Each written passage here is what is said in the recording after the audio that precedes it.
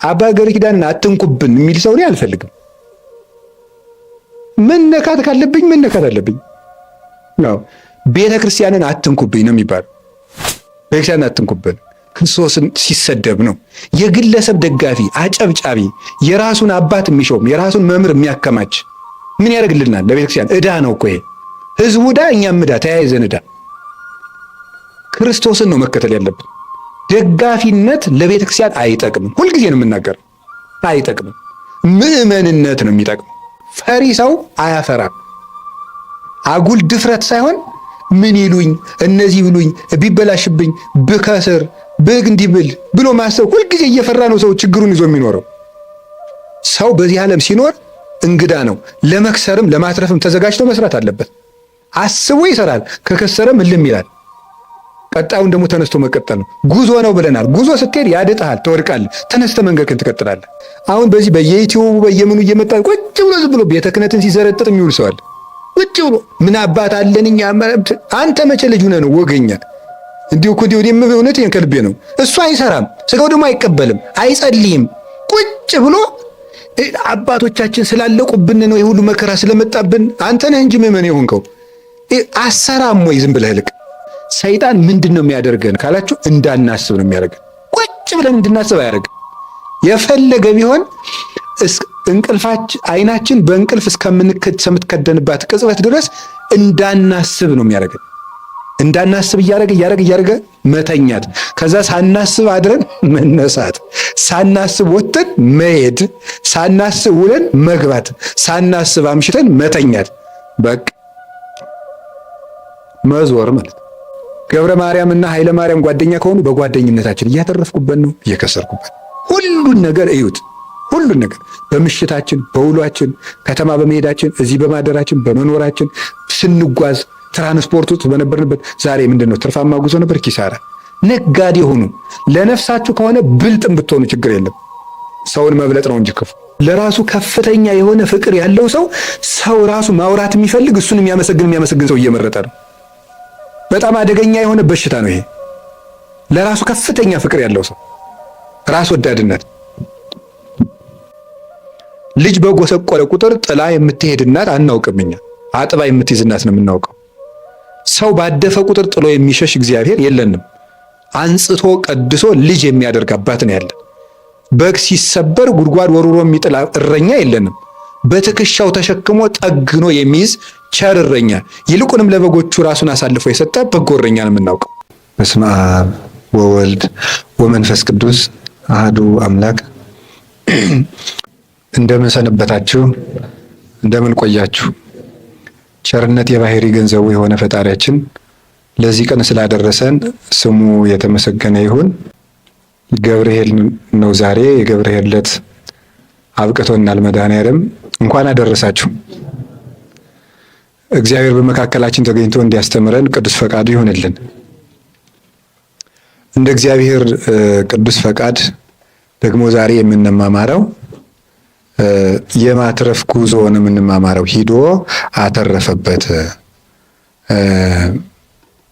የሚል ርዕስ ይዘን እንማማራለን። እንግዲህ ክርስቲያንን ዛሬ ነጋዴ አድርገን እንውላለን ማለት ነው። ሰው መክሊቱን ፈልጎ እንደ መክሊቱ ነው መኖር ያለበት። አዎ መቀደስ የሚያምርብህ ከሆነ ቀድስ። መስበክ ከሆነ የሚችለው ስበክ። መምከር የምትችል ከሆነ ደግሞ ምከር። ቅዱስ ጳውሎስ እኮ ብሏል፣ የሚመክር በመምከሩ ይጽና ብሏል። የሚያስተምር በማስተማሩ ይጽና ይላል። አሁን አንድ ሰው መድረክ ማስተማር የሚሆንለት አለ፣ ቁጭ ብሎ መምከር የሚያቅተዋል። ቁጭ ብሎ መምከር ግን ማይሆንለት። አንዳንድ ሰዎች ደግሞ ቁጭ ብለው የነገር ስልቱን አውጥተው ወከክ አድርገው የሚመክሩ አሉ። ደግሞ መድረክ የማይሳካላቸው። ሁሉም እኮ ሀብት ነው ሁሉ። አሁን እኮ ይኸውላችሁ አንድ ሽማግሌ መክሮ የሚመልሰውን እኔ 500 ጥቅስ ጠቅሼ ላልመልሰው ይችላል። ሰው እንደ ሀብቱ ነው የሚያድር። ሀብታችን ማወቅ። ይሄን ጌታዬ በምን መልኩ ነው የጠራኝ፣ በምን መክሊቴን እንዳገለግል የምትረዱት ግን አንድ ነገር፣ እግዚአብሔር ያልጠራው ሰው ግን የለም። ሁሉንም ሰው ጠርቶታል። ዓለም ዝም ብላ የምታየን እንዳይመስላችሁ። ክርስቶስን እከተላለሁ ካላችሁ ዓለም ጉሮሯችን ላይ ነው የምትመጣው። እንቅ ነው የምታደርግ። ወይ ክርስቶስን መርጠሙት ወይ ደግሞ አርፈ ቁጭ በል በሰላም አትነካካ ነው የምትለን። ሰው ክርስቶስን ሲከተል ሰይጣን በማን የሚመጣ? ወይ በኑሯችን ወይ በህይወታችን ይመጣል። እንደዛ ነው የሚያደርገው። ለዚያ መዘጋጀት ያስፈልጋል። ስለዚህ ያውከናል። ይሄ ሁከት የበዛበት ዓለም ብዙ ጊዜ እንዴት ነው ማድረግ ያለብን? መክሊታችን እንዲታየን ወደ ውስጥ ማዳመጥ ነው። እውነቴን ነው የምነግራቸው። ወደ ውስጥ ማዳመጥ፣ ከራስ ጋር ሰብሰብ ማለት፣ ዝም ያለ ህይወትን መውደድ፣ እንደው ከብዙ ሰው ጋር ማውራትን ሁሉ ሰብሰብ ማድረግ። ወሬ ራሱ ያባክናል። አይታችኋል? አሁን በጣም ከብዙ ሰው ጋር ስትሉ ኋላችሁ መለስ ብላችሁ ቤት ገብታችሁ ይዩትማ ጭንቅላታችን እንኳ አይሰበሰብም፣ ብትን ነው የሚለው። እና መቼ ነው እግዚአብሔር እንደጠራንስ የምናውቀው? ራሱ ምን ይታወቀናል? እንደው ለኔ መክሊት አልሰጠኝም እያልን እንቀመጥ። መክሊት ሰጥቶናል፣ መክሊት ሰጥቶናል። ግን የእግዚአብሔር ጥሪ ደግሞ የእግዚአብሔር ጥሪ ሲባል እግዚአብሔር እየመጣ ገብረ ሥላሴ ወለተ ሥላሴ አይልም። እግዚአብሔር እጃችን ላይ ባለው ነገር ነው የሚጠራን እንጂ ብድግ ብሎ እንደዚህ ብሎ በራእይ ጠርቶኝ፣ ብድግ ብሎ በህልሜ ጠርቶኝ፣ ተነስቶ ቅዱስ ሚካኤል አግኝቶኝ እንደዚህ ያለ ነገር አጉል ነው። አትነካኩ። እንዲህ ያለ ነገር ቅዱስ ሚካኤል ጠርቶኝ፣ ቅዱስ ገብርኤል ጠርቶኝ አይጠሩም አላልኩም። ግን እንዲህ ያለ ነገር አትልመዱ ነው። አሁን የሰው ልጅ እያደረገ ያለ ምኞቱን እያደረገ ነው። የተቸገረ ነው። ምኞቱ እቅድ ይመስለዋል። እንደው እኮ ችግር እኮ ነው። እቅዱ ተግባር ይመስለዋል። አይደለም። ቅዱስ ሚካኤል እንዲገለጽለት የፈለገ ሰው ቅዱስ ሚካኤል የታየው ታይቶኛል ብሎ ያስባል። እንዴ አንድ ሰው ሚስት ሊያገባ ቢያስብ እንዳገባ ስላሰበ ያገባ ይሆናል? አይሆንም። አጭቶ ማግባት አለበት። አንድ ሰው ቤት መስራት ስለፈለገ ቤት የተሰራለት አይሆንም፣ መስራት። እንደዚያ ነው። ስለተመኘን ብቻ ቅዱሳን ይገለጡልናል ማለት አይደለም። ከእግዚአብሔር ጋር መሆንን ቆይ እግዚአብሔር የሚገለጥልን ሳይገለጥልን መስራት የሚገባንን ምኑን ሰርተው ጨርሰ ነው። መጀመሪያ እኮ ሳይገለጥልን የምንሰራው ብዙ አለ። ሳይገለጥልን የምንሰራው በሕጉ ያስቀመጠው ተገልጦ የሰራውን ሳንሰራ እንደ ድግም ተገለጥ እንዴ እኮ ይገርማል። ተገልጦ ሰጥቶን ይል እንዴ ለመጨረሻ ጊዜ ነግሮናል እኮ ብሏል ቅዱስ ጳውሎስ። ለኛ ግን በዘመን መጨረሻ እግዚአብሔር በልጁ ነግሮናል ብሏል። የመጨረሻውን መገለጥ አድርጓል። እሱም ከድንግል ማርያም ያደረገው መገለጥ እስከ ዛሬ በነቢይ በሐዋርያ በመላክ ሲነግረን ኖሯል። ቀድሞ በአበው ሲነግረን ኖሯል። አሁን በልጁ ነግሮናል። የመጨረሻ መገለጥ የመጨረሻ መልእክት ነው፣ የክርስቶስ መልእክት። ያንን እየተማሩ በሕጉ እየተመሩ መኖር ነው። ክርስቶስ አሁን አብሮን አለ። ስጋውን እንበላለን፣ ደሙን እንጠጣለን፣ ወንጌሉን እንማራለን፣ ሕጉን እንመራበታለን። ስለዚህ አብሮን አለ። ተለይቶን አይደለም ያለ። ደግሞ ምን ብሎናል? የማቴዎስ ወንጌል ምዕራፍ 28:19 ላይ እስከ ዓለም ፍጻሜ ከእናንተ ጋር ነኝ ብሎናል። ሐዋርያት እስከ ዓለም ፍጻሜ የሉም። ሐዋርያት በሾሟቸው ካህናት በምትገለገል ቤተክርስቲያን ክርስቶስ እስከ ዓለም ፍጻሜ አብሮን ነው ያለ፣ ብቻችን አይደለንም። ስለዚህ ክርስቶስን በህልማችን እንድናየው በራእያችን እንዲገለጥልን አያስፈልገንም። ለምን? አብሮን ስላለ። እኔ አብሮኝ ያለውን አባቴን በህልሜ ልታየኝ እለዋለሁ? አብራኝ ያለችውን ወላጅ እናቴን እንደው እናቴን በህልሜ ባየኋት እላለሁ እንዴ? አብሮኝ አለ። አብረውኝ እያሉ ለምንድነው እንደዛምለው? ጌታ ምኗል? እስከ ዓለም ፍጻሜ አልለያችሁም። ዮሐንስ 6:51 ላይ ምን ሆነ?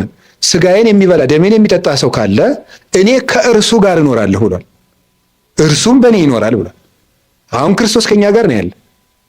ተለይቶን አያውቅም። ቤተክርስቲያንን ጥሏት አያውቅም። በስሙ ካመኑ ምዕመናን ኃጥአንም የሆኑ ጻድቃን ርቆ አያውቅም። እሱ አባት ነው። ልጅ በጎሰቆለ ቁጥር ጥላ የምትሄድ እናት አናውቅም። እኛ አጥባ የምትይዝ እናት ነው የምናውቀው።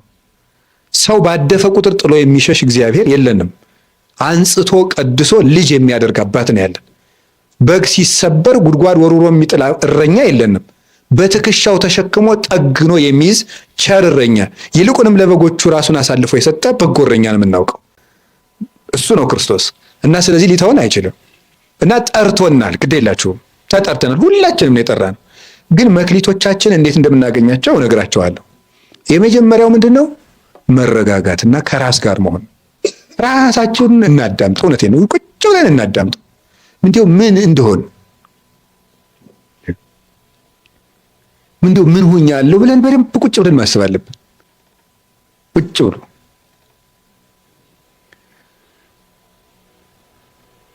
አንዳንድ ጊዜ እንደው ከሰው ተለይቶ ራሱ እንኳን አንድ ቀን ራሱ ቁጭ ማለት ብቻ ነው። ዝም ብሎ ቁጭ ማለት ዝም ብሎ እኮ ነው። ምንም ሳትጸልዩም ቢሆን እውነቴን ነው። አንድ አቡነ ዘበሰማያት ጧት አድርሳችሁ ቁጭ ብላችሁ ዝም ብላችሁ አስቡ እስኪ።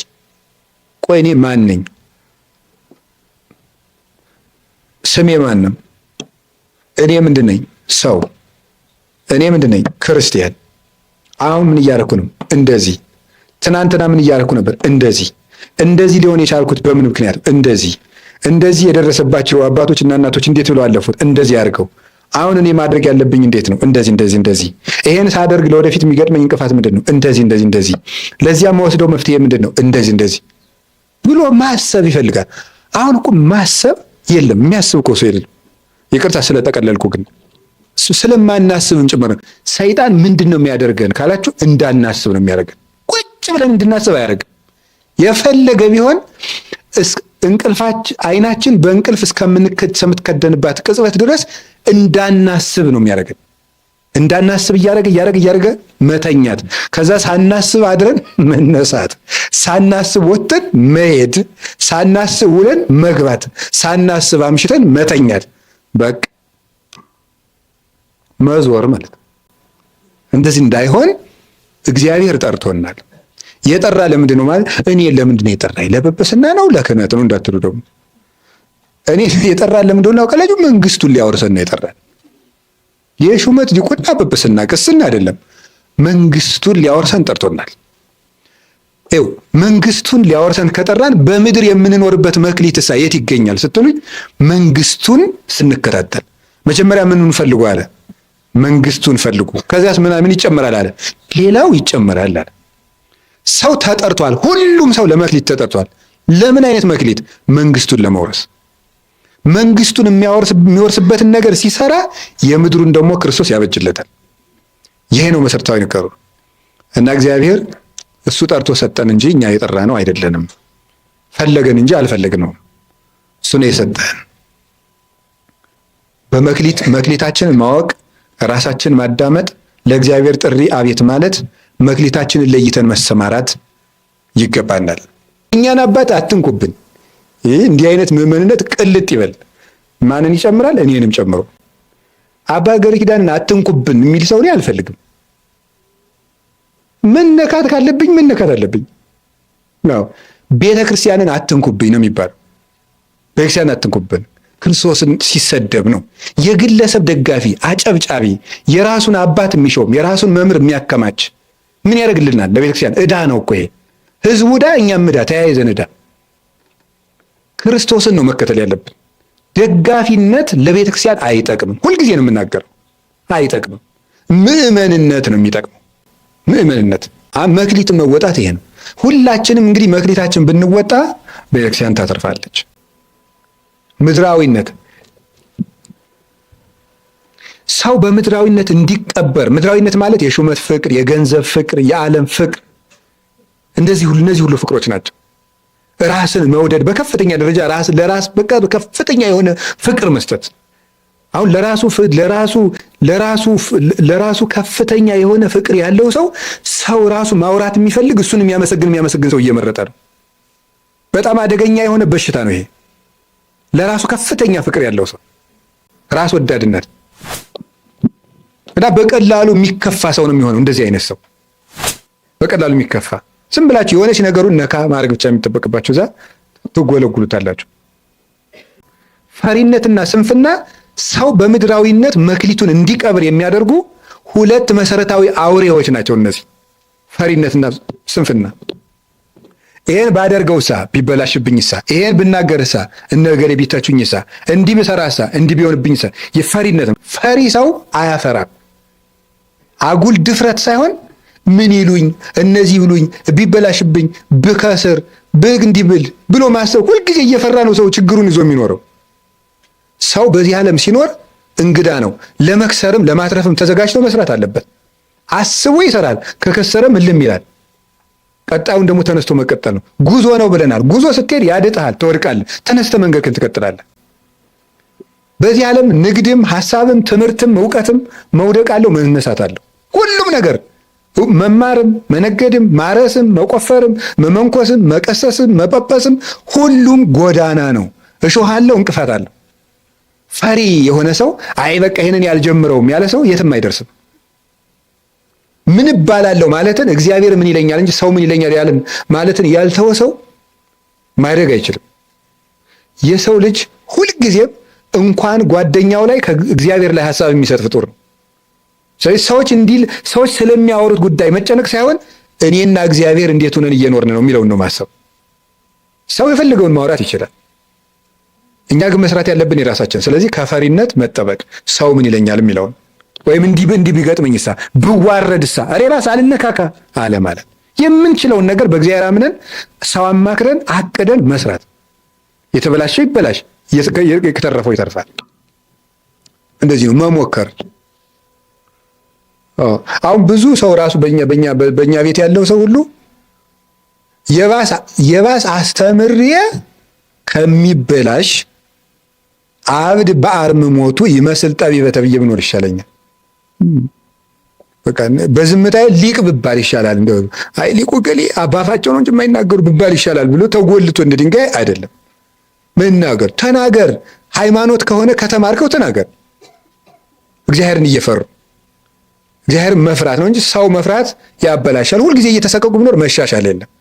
ሁለተኛ ምንድን ነው? ስንፍና። የሰው መክሊቱን የቀበረበት ምን እንደሆነ ታውቃላችሁ? ስንፍና። ዘመዶች እስኪ ስንፍና በሉ። አቤት! ስንፍና ምንድን ነው? ስንፍና መክሊት ይቀብራል። የብዙ ሰው መክሊት ተቀብሯል።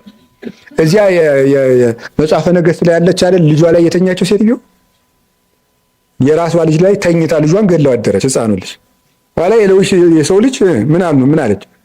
አምጡ አለች። የሴት ቤቱ ልጅ የኔ ነው ብላ ቁጭ የራሷ ልጅ ላይ ተኝታ ገለ በእንቅልፍ ልቧ ልጇ ላይ ተኝታ የገደለች ማለት መክሊታቸው ላይ ተኝተው የሚገሉ ናቸው። የራሳቸውን መክሊት ተኝተንበታል። ብዙ መክሊት እያለ እኛ ላይ ማለት ነው። ያ ምን ነው? ረጅም ጊዜ መተኛት፣ ቁጭ ብሎ ማውጋት፣ ቁጭ ብሎ ዝም ብሎ ረጅም ጊዜ ለሽ ማለት ዝም ብሎ ማለት። ከዚያስ ደግሞ ሰው ቁጭ ብሎ ማውጋት። አይጉድ! ድሮ አባቶቻችን እንዲህ ያርጉ ነበር። አቤት አቤት! ገሌ እንዲያርጉና ነፃ ደቁ አባቶቻችን እንዲያርጉ እና እነሱ ምን ያርጉ? እነሱማ የሰሩትን ሰርተው ሄዱ። እንግዲህ ከሌለ ታዲያ እኛ እንግዲህ ምን እናርግ? የራሳችን አብረን ተባብረን ደፋቀና ማለት አይሻለንም እንዴ? ድሮ ነበር እንጂ ቡጭቅ ማድረግ ቁጭ ብሎ አንድ የሚሰራ የለም። መሞጨቅ ነው ዝም ቁጭ ብሎ እንዲህ ብሎ እንደዚህ ብሎ የሚተርፈን የለም። ፓትርያርኩን ስናነሳ ስንጥል፣ ጳጳሱን ስንተች፣ አለቃውን ስንተች፣ ያን ስንተች፣ ስናነሳ ስንቆርጽ፣ እሱ ግን አንድ አይሰራም። ስለዚህ ምንድን ነው አንዱ ችግር ስትሉ ቁጭ ብሎ ማውጋት፣ በሰዎች ማመካኘት፣ በራስም ማመካኘት። ልጅ ሁኜ ነው፣ ስለሚያመኝ ነው፣ ገና ወጣት ስለሆንኩ ነው፣ ራሴን ስለሚያመኝ ነው፣ ምን እንትን ስለሌለኝ ነው፣ አጠገቤ ብር የሌለኝ ሆኖ ነው፣ የሚረዳኝ የለም፣ ብዙ ሰው ስለሚጣላኝ በዚህ አይምሮ እየደማብኝ ማሰብ ስለማልችል ነው ምናምን ማለት ምክንያት ብሎ መደርደር። እንደዚህ ሆኜ እንደዚህ ይሄ የሰነፍ ጥቅ። ሰነፍ በላኩት ጊዜ በመንገድ ያንበሳ ደቦላለ ይላል ሰሎሞን። ሰነፍ በላኩት ጊዜ ምን ይላል? በመንገድ ምን አለ ይላል? ያንበሳ ደቦላለ ይላል። ይበላኛል ነው የሚለው። ወይ ሳይኖር ነው እኮ እንደዚያ የሚለው ማለት። የሰነፍ መጠጊያው ምንድነው? ምክንያቱ ነው። ጨለማ ነው። ገና ወጣት። ኤርምያስ ምንድነው ያለው? ልልክህ ነውና ምን አትበል ነው ያለው? ልጅ ነኝ አትበል ነው ያለው። በሕፃንነቱ እንኳን እንዳያመካኝ መስራት አለበት። ራሳችን ላይ አላችሁ። መክሊትን የሚቀብረው ዋናው ነገር ምንድነው? ምድራዊነት በሉ። ሰው በምድራዊነት መክሊቱን እንዲቀብር የሚያደርጉ ሁለቱ ነገሮች ምን ናቸው? ስንፍናና ፍርሃት ናቸው። ስንፍናና ፍርሃት። አጉል ፍርሃትም አጉል ድፍረትም ተገቢ አይደለም። ምንድነው ቅዱስ ዮሐንስ አፈወርቅ ያለው ነገር አለ። የሰረቀን ሌባ የጨመረን ደፋር እንለዋለን ብሏል። የሰረቀ ምን ይባላል? በመልካሙ ነገር ላይ ሌላ ነገር የጨመረስ ደፋር። ያንን አንፈልገውም። ደፋሩን የማይገባውን የሚጨምረውን። አሁን እኛ ግን ማድረግ ምንድነው ያለብን ዘመዶቼ? ስንፍናችን ማስወገድ፣ በሰው ማመከኘታችን ማስወገድ። ቁጭ ብሎ ዝም ብሎ ቁጭ አሁን በዚህ በየዩቲዩቡ በየምኑ እየመጣ ቁጭ ብሎ ዝም ብሎ ቤተ ክህነትን ሲዘረጥጥ የሚውል ሰው አለ። ቁጭ ብሎ ምን አባት አለን እኛ። አንተ መቼ ልጅ ሆነህ ነው ወገኛል? እንዲሁ እኮ እንዲሁ እውነት ከልቤ ነው። እሱ አይሰራም፣ ስጋው ደግሞ አይቀበልም፣ አይጸልይም። ቁጭ ብሎ አባቶቻችን ስላለቁብን ነው የሁሉ መከራ ስለመጣብን። አንተ ነህ እንጂ ምዕመን የሆንከው አሰራም ወይ ዝም ብለህ ልቅ።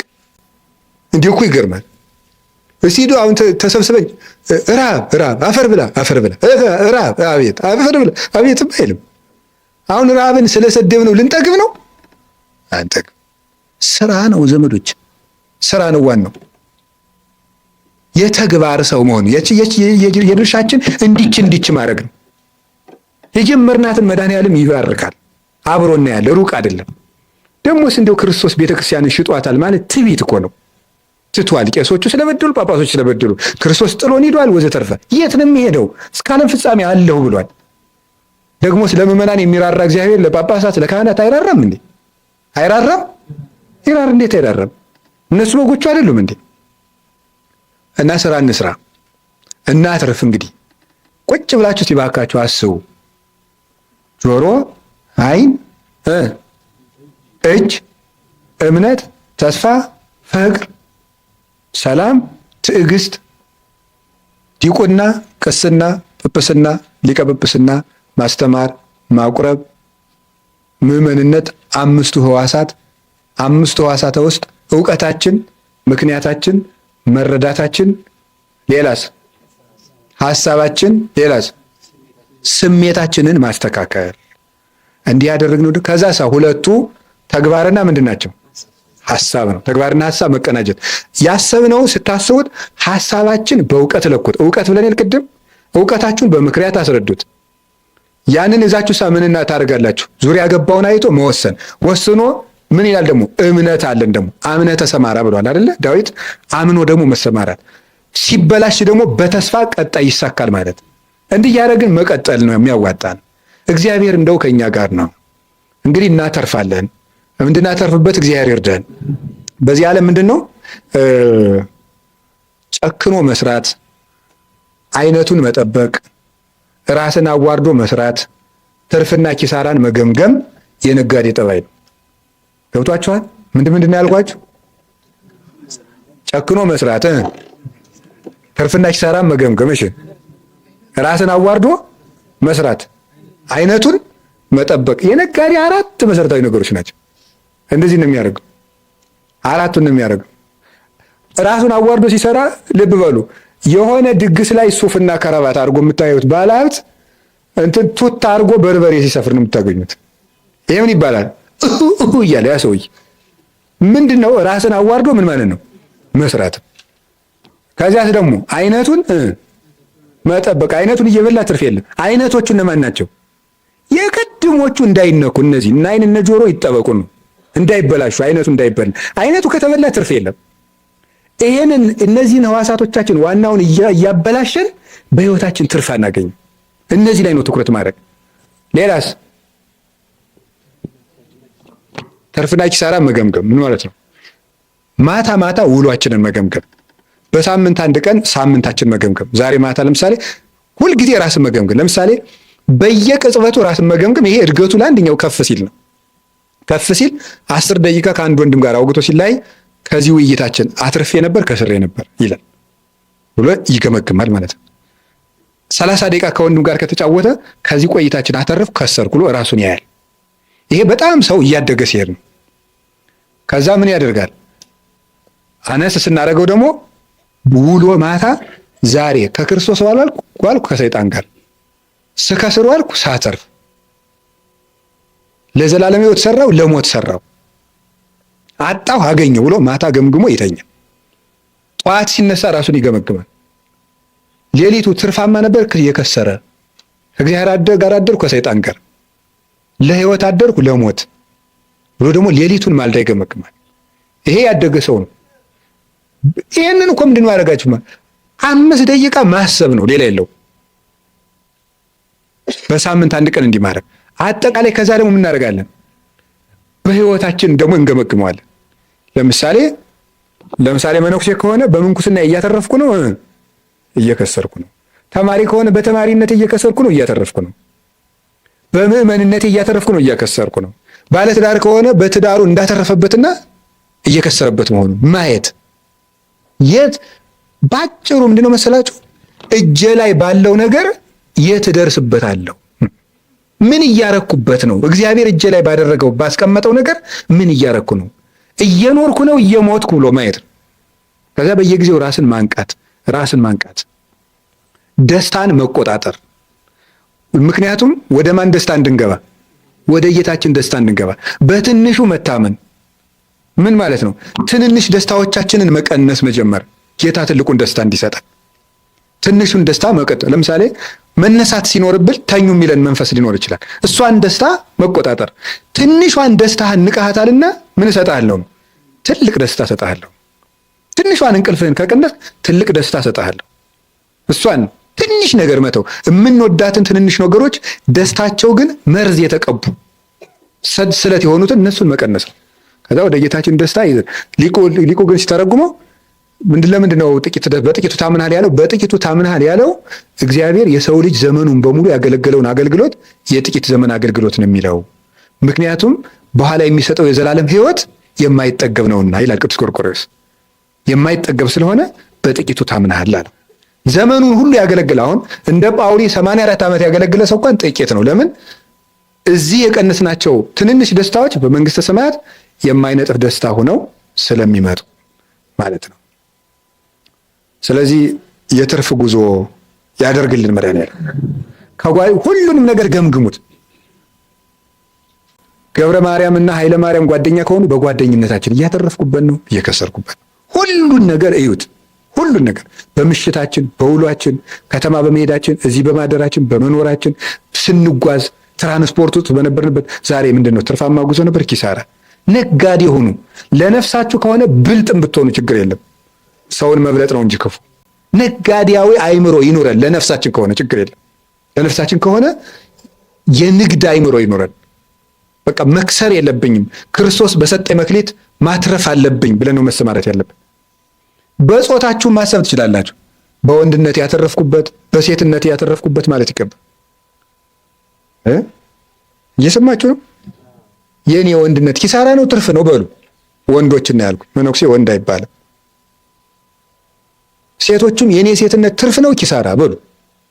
በዚህ ሴትነት እነማን ምን አትርፈውበታል ብሎ ማሰብ፣ ሁሉን ነገር ማየት ራስን ማለት ነው። ሰማችሁ? እግዚአብሔር እንድናተርፍ ይርዳን። የከሰርነውን በትርፍ ይተካልን። ሀገራችን ከዚህ መከራ እንኳን ቢሆን ሰላም እንድታተርፍ ይርዳን መድኃኒዓለም።